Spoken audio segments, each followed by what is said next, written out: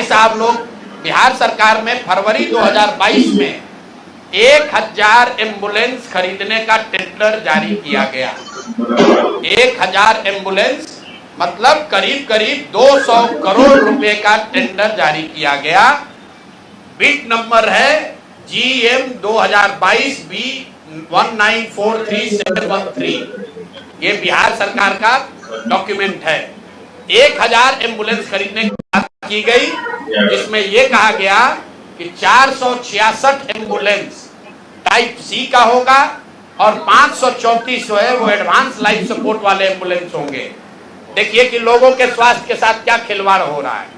Type C, type D, type B ये जो है गवर्नमेंट ऑफ इंडिया ने स्पेसिफाई किया हुआ है कि एम्बुलेंस की कैटेगरी है कि टाइप B में क्या क्या होना चाहिए, टाइप C में क्या होना चाहिए। ऑल ओवर इंडिया में गवर्नमेंट ने इसको स्टैंडर्डाइज कर दिया है, गवर्नमेंट ऑफ इंडिया ने, ताकि लोग ऊपर नीचे न करें। तो बिहार सरकार ने 2022 में 1000 एम्बुलेंस खरीदने का टेंडर जारी किया।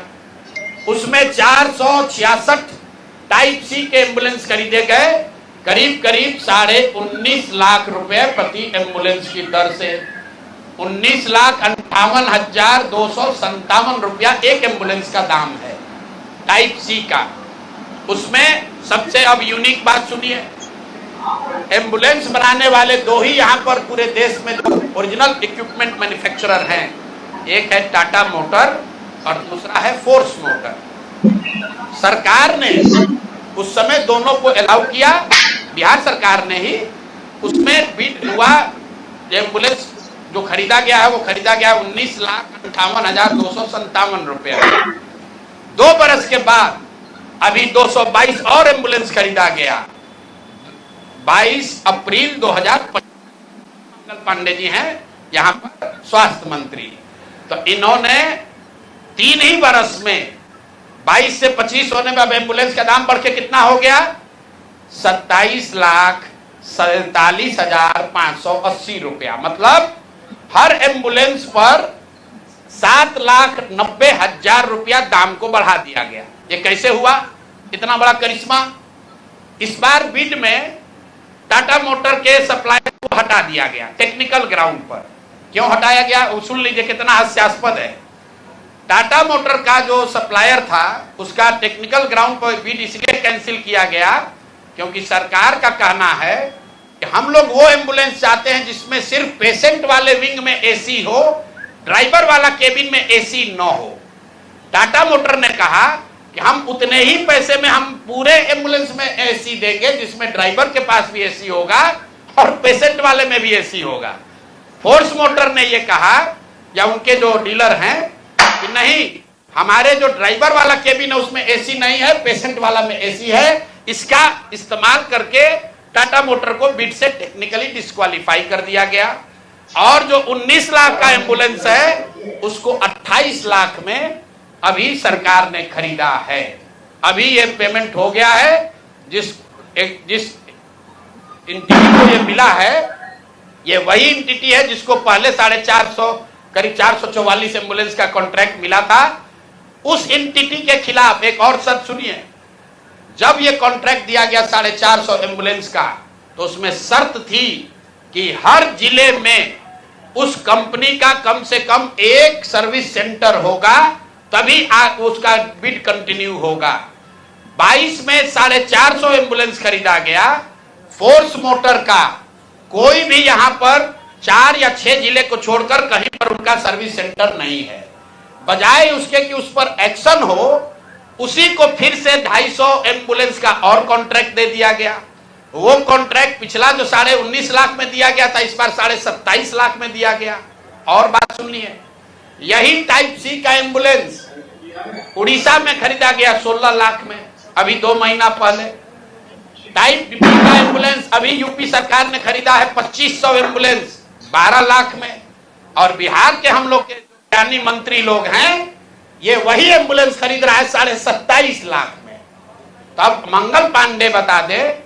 और अभी आजकल हम नए मुख्य सचिव जो बनने जा रहे हैं, क्या नाम है उनका, प्रत्यय अमृता, वो भी स्वास्थ्य के ही शायद प्रिंसिपल सेक्रेटरी हैं।